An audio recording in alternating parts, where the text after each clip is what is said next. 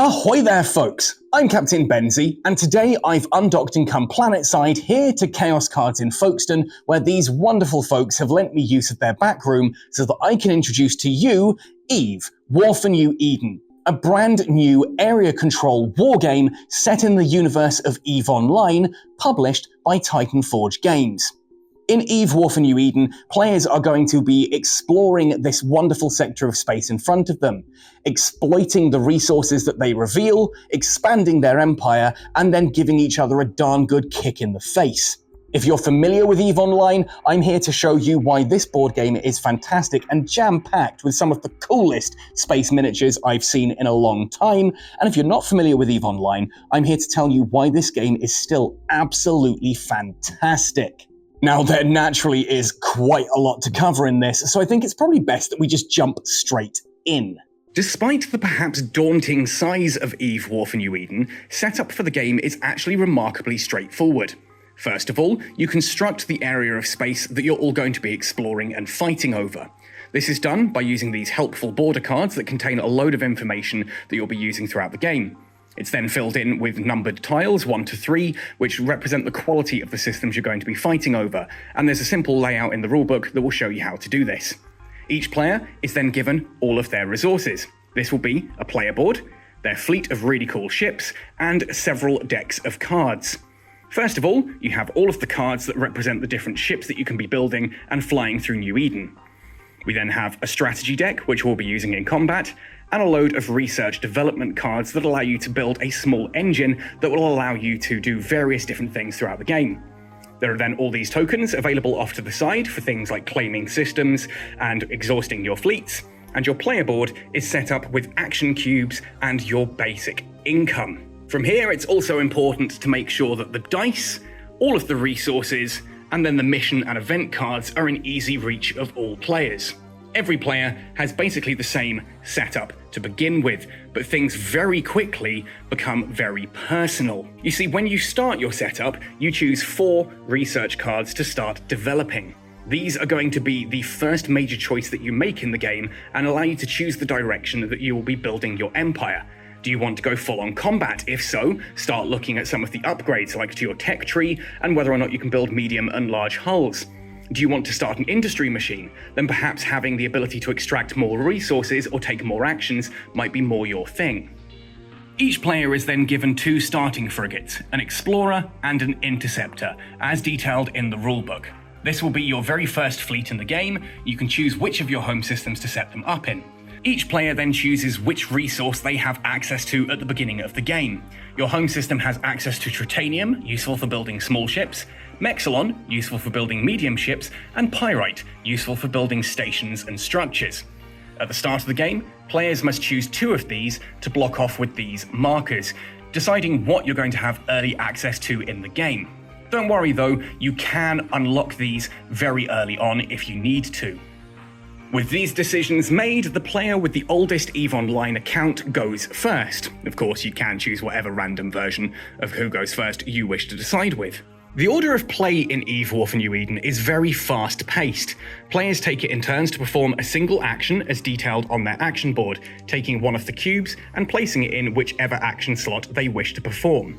They then perform the action and pass the turn to the player to the left. This then proceeds as everyone takes their actions until someone decides to pass, whether they're out of action cubes or just don't wish to perform anymore. Once all players have passed, the end phase begins and you move on to a new turn. The first player token passes to the left and the gameplay resumes from there. Players initially have access to 3 free actions, then can spend ISK to unlock additional actions for that turn. You take an action cube, you place it where you want it, and then you perform the action. In this case, by using a move action, I'm going to activate this fleet and move it into this system here. I would therefore flip the tile over, move the fleet into position, add a fleet exhausted token, and then perform whatever actions may be available on the tile. In this case, there's nothing to worry about, so that's my move action done. Quick and easy, right? Sometimes when exploring, you flip over a tile that has discovery tokens on it. When this happens, take note of how many tokens you need. Players then go to this bag, take out that many tokens, and gain the resources shown. In this case, 2 minerals of their choice, and 1 amount of planetary resources. These are just collected simply from the resource pool here. So we're going to take these 2 minerals, and we're going to take a planetary token. And this is where the different types of ship come into play. Here, this Anathema, being an exploration frigate, gets the bonus that when it uncovers a discovery token, it takes an additional one and gets to choose. So this time, we would come to the bag, choose 2 random tokens. In this case, I've got a claim marker or planetary industry. Now, I've got very little use for the planetary industry at this point in the game, so instead, I'm going to take a claim token and claim that system in the name of the Amarian Empire. Claiming is normally an action. Here, the Galente Empire have uncovered a couple of systems that they think they'd quite like to add to the fold. Therefore, they perform the claim action and place one of these tokens to show that that now belongs to the Federation. In addition to moving and claiming, players can of course manufacture and trade as well. When either of these actions are performed, they look across to this part of the board here. A manufacture action allows you to perform 3 manufacturing operations. You look at this list of items here, decide which you want to manufacture, and you simply pay the cost. So if you wanted to make here some structure components, you can spend 2 Mexilon to do so. If you fancy getting some moon goo, you can spend 2 Tritanium. You can even manufacture victory points, allowing players to essentially win War of New Eden by manufacturing their way to victory. Trade works in a very similar way. Again, a trade action gives you 3 trade operations, where you can buy and sell different resources based on their values here. The build action works in a similar way. When a build action is performed, you earn a number of build points as shown on the board, plus any bonuses you may have from research developments. We then look at the build section of the board edge. You can see that the Minmatar player had 6 build points, of which they can spend building different things. Here you can see that each of the structures costs 5 build points in order to build. Small ships only cost 1, medium ships cost 3, and large ships cost 5. There are, of course, other resources as well, so even if this Minmatar player would like to build himself a customs office, and indeed has the 4 risk required to do so, we don't have the resource cards for it. Therefore, by performing a build action, I can instead spend the Tritanium and the 4 risk, as shown here on the board, to instead construct a saber, adding it into any of my home systems, ready to head out to war. Then there's the research action. Throughout your playtime of War for New Eden, you'll be earning research points. These are earned at the end of each round. They can even be manufactured. And when you earn these tokens, you place them onto your research and development cards. During your turn, when one of these cards has enough tokens to fully develop it, you can reveal it. In this case, the star map required 2 research tokens, so I can now reveal that and add that development to my action row down here, which I can then use whenever I wish. This empty space does not automatically refill, and so you can use the research action here to add up to 4 new development cards to your development area. And this is one of my favourite things about War for New Eden. Though there are a lot of different actions you can perform, early on in the game, only a handful of these actually make any form of sense. In your first turn, you're probably going to be moving. You're also probably going to be claiming. You might do a manufacture or a trade if your movement and your discovery tokens are fortunate enough to give you the resources for it. You may even just be lucky enough to perform a build action. This is a natural scaling mechanic that I really enjoy, and it makes teaching the game very simple because you're not overwhelmed with actions in your early turn. There's very little action paralysis of, oh, what do I do? There are so many options. Because there are limited options early on, gameplay flows very quickly and introduces new mechanics as the game proceeds. And we haven't even talked about the mission or event cards yet. Players will start with 1 each of these, they can manufacture them, and they can earn more through things like discovery tokens.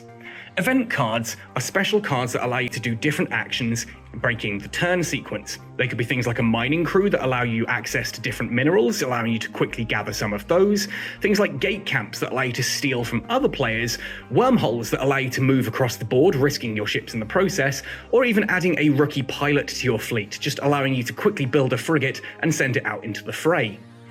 Mission cards, on the other hand, are one of your primary ways of earning victory points in EVE War for New Eden. Again, each player starts with one of these, and they can either be manufactured, or you can use that wonderful star map card that we saw earlier to draw new mission cards. These can be all kinds of things, from Old Grudge inciting you into combat against other players just to prove a point, or things like Market Breaker and Care Bear giving you victory points for things like gaining a certain amount of ISK or holding so many minerals in your hand. The mission cards you draw, and when you draw them, can also help direct your gameplay. If you were to draw Old Grudge early on, you'd probably want to take a more militaristic approach, amassing a fleet and beginning to harass your neighbours. Whereas if you were to get something like Care Bear early on, you're probably going to want to explore and find systems with multiple asteroid belts, claim those, and start harvesting resources. This also twins in with the research mechanic, as it will help you decide which research cards you want to actually develop in order to amass the most victory points. And victory points are of course the name of the game. You see, the aim of War for New Eden is to be the first person to reach 10 victory points, triggering the Verge of Ascendancy. Once a player has triggered the Verge of Ascendancy because they've got 10 victory points already, you play one final turn where everyone tries to scramble to end with the most victory points. Whether that's through manufacturing victory points, earning them through combat, or through your various mission and objective cards, whatever you need to win. That final turn becomes a mad scramble, and some really crazy stuff can happen. I just love the fact that early on in the game there are so many different possibilities for how to earn those victory points. Do you want to build and manufacture? Do you want to hoard ISK for that Market Breaker card? Do you want to just start punching your opponents over and over again and earning victory points through that? Some of the mission cards include just having large ships on the board at the end of the turn. If you found that one early on, you may decide that you really want to build yourself some battleships as quickly as possible. You may not even use them, but just having them on the board will help you earn victory points through some of your development cards. This variety and versatility is a key part of this game, and it really represents the variety and versatility in EVE Online, where players can be industrialists, going out and harvesting resources, reprocessing those resources into ships and ammunition and things like that. You can go and be a combat pilot and just start shooting at your opponents. You can go and explore and find new areas of space to claim and build those developments. You can focus primarily on research and building an engine of quick action cards that allow you to do things out of sequence. Of course, you're fairly limited by the amount of actions you can take each turn, and even the ability to buy additional actions for 5 or 10 ISK, whilst very powerful later on in the game, can be circumvented by having research cards that allow you to just perform a single trade action or a single manufacturing action out of sequence. That means in your turn, you might take a move action, but while you're doing so, you're also harvesting resources or building other things as you go. And it's really hard to overstate how thematic that feels. As an EVE Online player, I'm really glad that Titanforge have taken the time and energy to sit there and actually work in all of these different playstyles into the board game. You're not just being rushed straight into combat to hit people over the face with whatever ships you happen to have in a fleet. Sometimes holding back and manufacturing your way to victory can be a really potent path. We've had games where we've played where someone builds a fleet early on and starts smacking around every other player.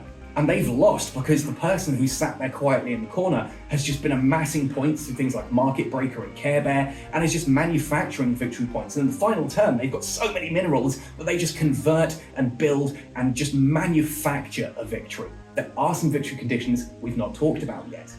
You see, as players are claiming systems, at the end of each round, if you have at least 5 claimed systems, not including your home system, you score a victory point. If you've got 5 systems and more than anyone else, you score an additional victory point. And if you're the lucky one who's holding the central position, that's another victory point during the end phase. That means if you've claimed more systems than anyone else, and you've got at least 5 of them, and you're holding the center, you're earning 3 victory points a turn. That is a very quick way to rush to victory, and players are going to need to keep an eye out for that to make sure that they're fighting over that central point and pushing each other off claims. Now, that's not to say that War for New Eden is hyper-aggressive. It's really not. There are other games in this genre that really encourage you just to ruin each other's days, and this doesn't. But it does ask that you just check over what your opponents are doing, keep an eye on them, and maybe just police around the board. And I have to say that both myself and my gaming group love a board game with this kind of decision making. It's not just a case of what is best for me. There are a lot of games that I've played where you can just look at the board, analyse the situation, and everything maths out to a perfect route. That never happens in War for New Eden, because there is so much going on with different players taking on different routes that you could sit there and go, right, well, I could manufacture this, I could explore that way, I could push this person back.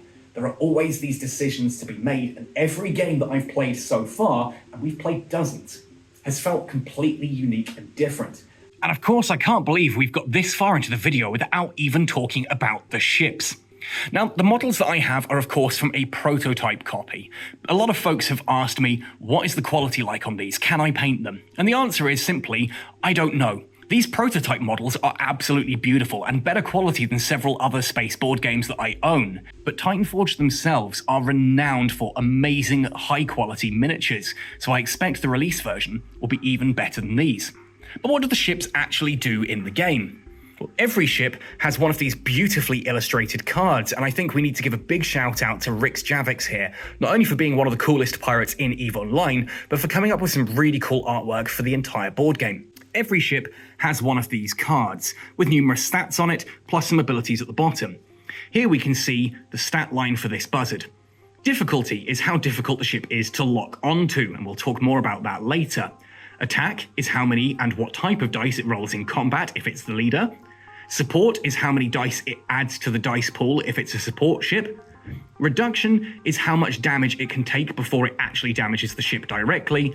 HP is how much damage the ship can take before it's destroyed, and speed is how fast it can move around the board. Ships then have these additional abilities at the bottom. Some of them are always active, like all of the explorers having this ability to draw additional discovery tokens, discarding any extras and keeping the ones that they want. Ones like this, however, need to be unlocked. This will unlock when you have Tech 1 defensive subsystems.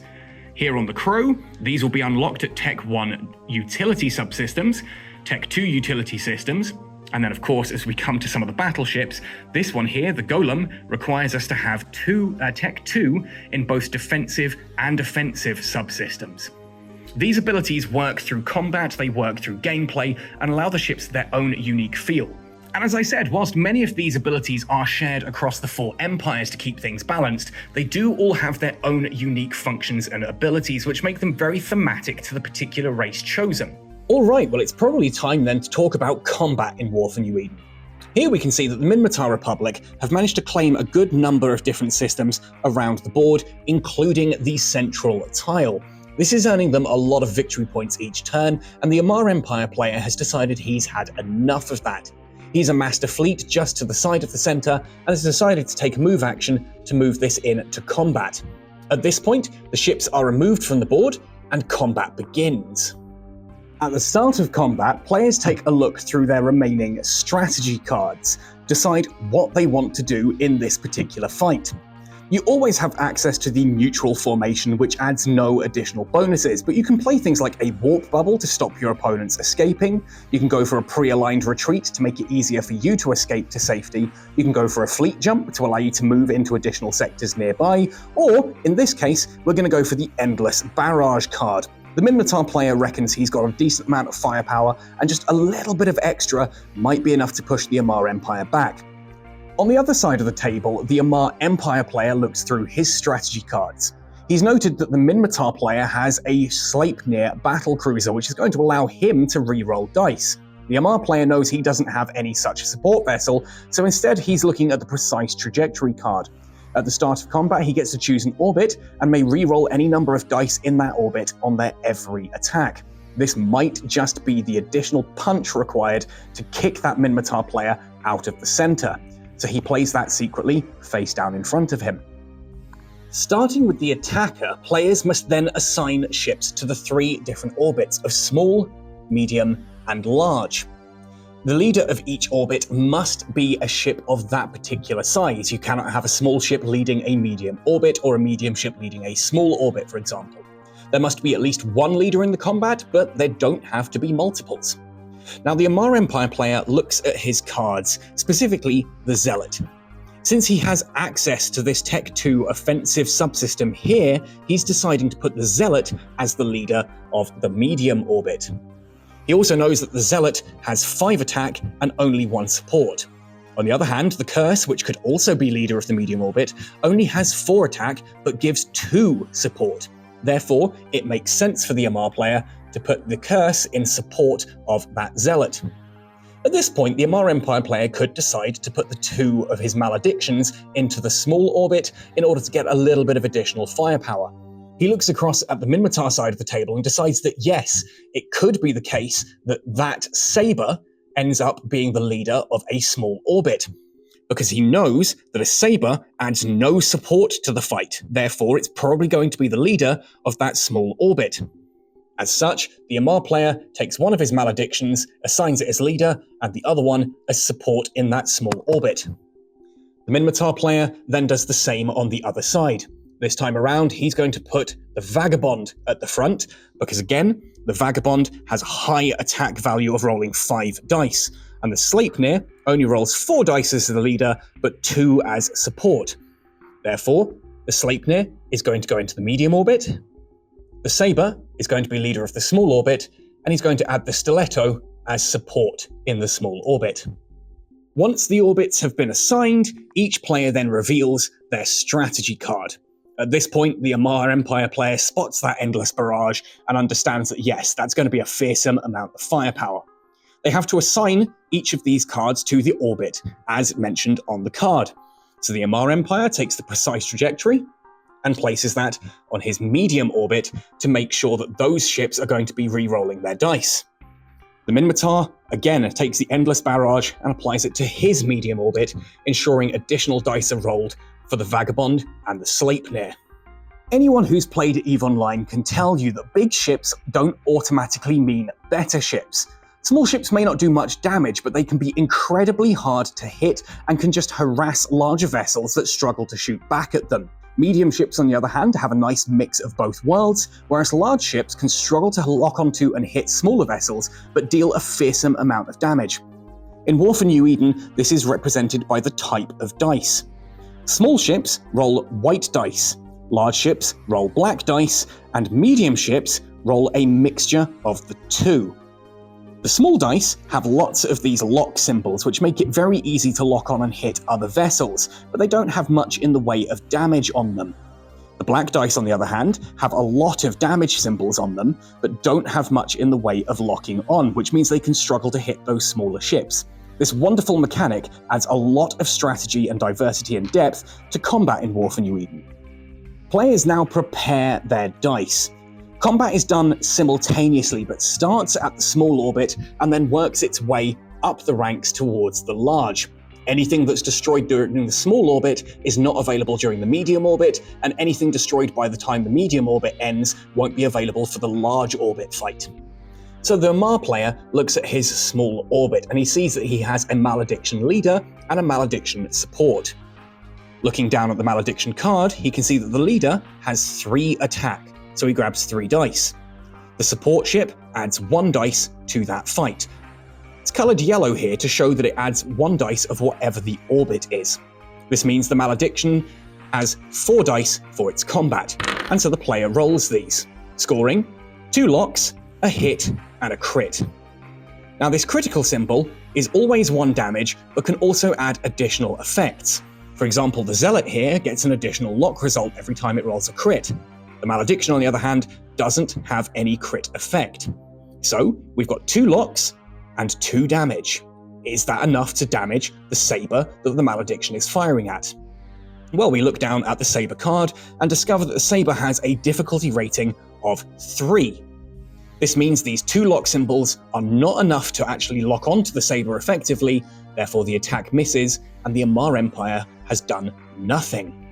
It's now time for the saber to fire back, so we can see here that the saber has 4 white dice that it adds to the fight. We then have a single stiletto in support in this fight, and that adds an additional dice. Those 5 dice, not particularly effective either. He successfully rolled 2 locks and 1 critical effect. If we look down at the ships available, the crit does nothing other than that additional damage result. So we've rolled 2 locks and 2 damage. But the 2 locks isn't enough to lock onto the malediction, so again, unfortunately, nothing happens. This then takes us to the medium orbit, and again, starting with the Amarr Empire player, they look at how many dice are available. They have a Zealot in the leader position and a Curse following behind.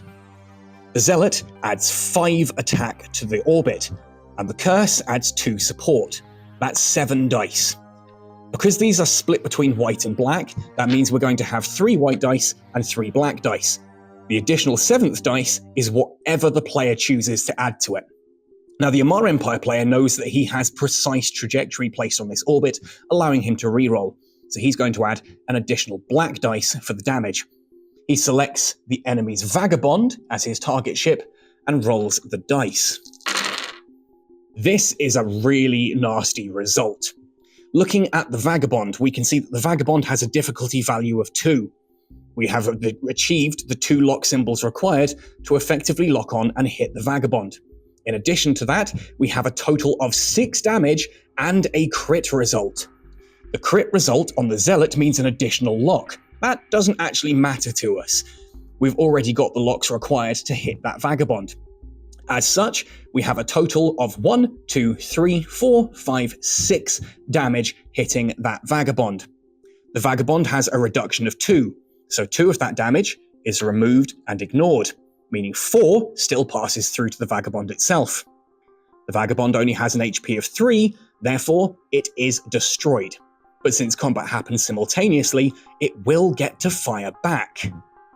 The Minmatar player looks at his orbit for return fire, spots that he has a Vagabond, a Sleipnir, and the Endless Barrage card in this orbit. This means that the Vagabond is going to provide 5 dice to this attack. The Sleipnir is going to add 2 for its support value, for a total of 7. As before, this is a mix of black and white dice, so it'll be 3 and 3, split as evenly as possible, with the player getting to choose what they add as the additional. As they're going up against cruisers, the Minmatar player reckons, especially with the reroll that the Sleipnir is going to give him, adding an additional black dice would be a good option. The Endless Barrage card also means that he gets to add another dice of his choice into that attack. He chooses another black dice. That is a fearsome amount of firepower. Even though the Minmatar player has no access to any of these abilities yet, as he doesn't have Tech 2 offensive subsystems activated or Tech 2 defensive subsystems activated, that's still a lot of dice with rerolls from the Sleipnir. The Minmatar player rolls his dice and gets this wonderful result here. There's only 1 lock value on this though. That's not going to be enough to successfully lock onto the Zealot that the Minmatar player wants to destroy, because it has 2 difficulty. But we have a crit symbol here, and the Vagabond, a crit also means an additional hit. In this case, this crit supplies 1 hit, we've got another hit here, that matches the 2 difficulty of the Zealot. So therefore, we have enough hits to hit, followed by 1, 2, 3, 4, 5, 6, 7 damage, plus 8 for the crit. The Vagabond has 2 reduction, so 2 of that is removed, leaving us now with a total of 1, 2, 3, 4, 5, 6 damage yet to apply. 3 of that is enough to destroy the Zealot. In this situation, if the Minmatar player had enough lock results to also hit the curse, that additional damage could be passed onwards. However, in this case, there are not enough hits to do this. The Zealot is going to be destroyed, and no additional damage sent forward. The medium combat ends with the Zealot being removed and the Vagabond being removed. The first round of combat has now ended for these 2 players. There are 3 rounds of combat fought each time, unless any player announces a retreat between the rounds. Neither the Minmatar nor the Amarr player is willing to retreat from that central position, so they reassign any ships back into orbits and begin a second round of combat. After the 3rd round of combat, the Amarr Empire player is left with a single solitary malediction. The Minmatar player still has his Sleipnir, his Saber, and his Stiletto. Now, small ships are worth a strength of 1, medium ships are worth a strength of 3. Therefore, the Minmatar player has a total strength of 5 remaining in his fleet. The Amarr Empire player only has a strength of 1. This means the Minmatar player has successfully won this fight, returns all of his ships back into the system. He still controls that. The Amarr Empire player must now retreat. This means he has to move to a nearby system that contains no enemy ships and is preferably held by him. So that malediction moves right back where it came from, and the Minmatar player emerges from that combat triumphant. Combat can also earn other rewards. If the attacker wins the fight, he'll earn a victory point. If the defender wins a fight, he'll draw an event card. So in this case, because the Minmatar player has won that fight, he draws a new event card from the event deck. In addition to this, for every 3 strength worth of ships that have been destroyed, each player, attacker or defender, draws a number of event cards for every 3 strength lost. The Minmatar player lost a Vagabond, which is worth 3 strength, thus he draws a second event card. The Amarr player, having lost both his Zealot and his Curse, for a total of 6 strength, draws 2 event cards, which he adds to his collection to use in future turns. Then there's the subject of player count. Now, Eve War for New Eden is labelled as 2 to 4 players. I don't know if there'll be other modes available when the Kickstarter completes, but that's what I had access to. And some games you might find that it works better or worse at different player counts. Now with Eve War for New Eden, I found that 3-player is still a solid game, but it did have a few moments where the 3rd player, due to the nature of the board, feels a little bit penned up. That can be countered quite comfortably by them working more on industry or building up a larger fleet in order to power through the blockade into the central area, and that did make for some fantastic stories. But we found that the game really shines at 2 or 4 players. In a 2-player game, it is an absolute head-to-head duel. Both players are exploring their side of the board as quickly and efficiently as possible to try and build their empire, set down some stations and structures, and a massive fleet ready for when the battle lines are drawn down the center and this massive fight kicks off for who can control the central space. In a 4-player game, though, things get absolutely chaotic. You've got 4 people all scrambling for these limited systems and resources in-game, and you very quickly find that whoever takes the front ends up getting the ire of every other player. You take that central point like the Minmatar player has here, and everyone else starts amassing their own fleets to punch inwards. The danger of this as well is that no one really wants to make the first move because they know that they're going to fight for the central position and lose a lot of their ships in the process. Then the player next to them is going to jump in afterwards, and so you end up with this wonderful sense of diplomacy going around the table. There aren't any formal mechanics for alliances in War for New Eden, but they form anyway. Players will be discussing what's going on around the table, and often you'll get discussions like, oh, that Minmatar player's been in the center for a little bit of time, perhaps we should start either pushing him off or move around and claim some of his other systems. Or the Gallente player has 5 blasted customs offices down the board, and his ISK income is absolutely ridiculous right now, but some of it's undefended. Maybe we could sneak around the back and claim some of those. And this also brings me to a mechanic I haven't mentioned so far in this video, called a raid. If you can bring one of your fleets into enemy territory and onto their home system, you can actually steal victory points from them, off their board onto yours. And this is brutal, especially if you're making that push for the center and you've left your rear lines undefended and other players are just coming in and raiding you. It's like the ESS mechanic in EVE Online, and I love that that's been represented in this as well. And this brings me really to my key and final point with War for New Eden. That if you are an EVE Online player, so many of the mechanics that you understand from the online game are here and present. You've got exploration, industry, manufacturing, of course, full-on fleet combat. But I've played it with enough non-EVE players, people who are completely unfamiliar with EVE Online's as the source material. And those people still have adored this game. They've come away feeling like they had all the information right in front of them in order to succeed in this. And in fact, only 2 of the players in our group actually play EVE Online at all, and other than me, neither of us have won a game. I've won 1. He hasn't won any. It's other board game players who have managed to take the win in this by examining the board and the information they have in front of them and taking the win from there. So if you're worried about picking this up and trying to play it with friends who maybe aren't familiar with EVE Online, don't be. This game is essentially fantastic even if you stripped away the EVE Online intellectual property from it. If these were different spaceships and different empires, it would still be an incredible space game. So at this point in the video, you're probably just waiting for a final verdict from me.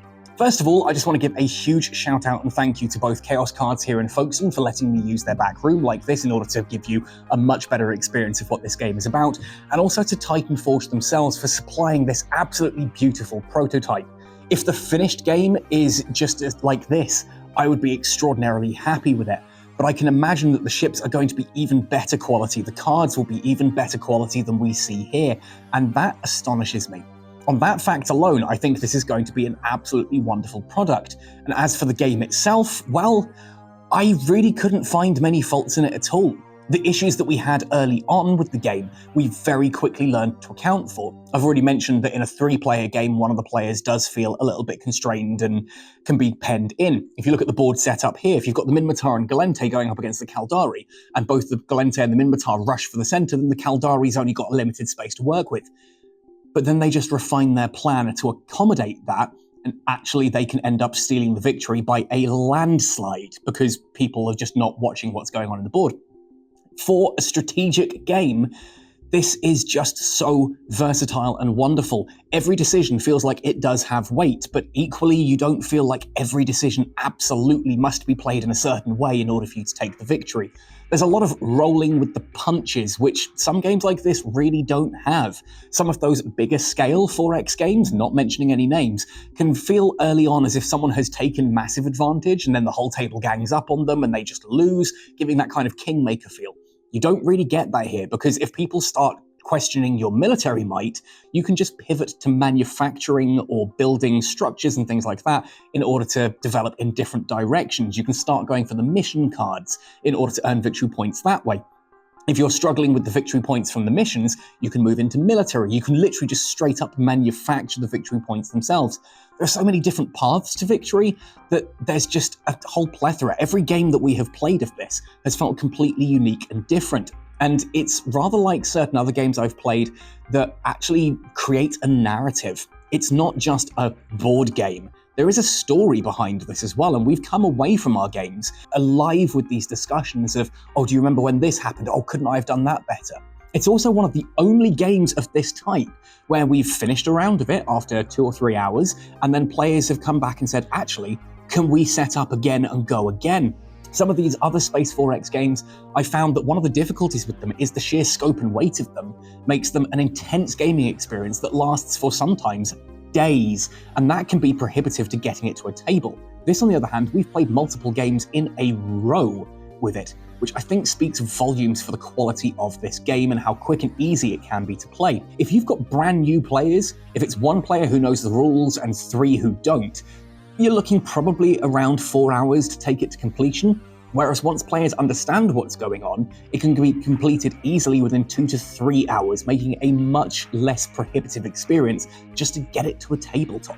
If this wasn't EVE Online, I would still be absolutely enamored with this, and hopefully that gives you some clarity on whether or not this is something that you want to back. And if you do, well, I look forward to seeing you in the future.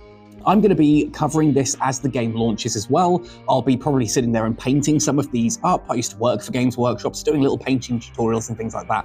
I think will be a lot of fun to actually get a copy of this and paint all of the models in their actual EVE Online color schemes. This has inspired me.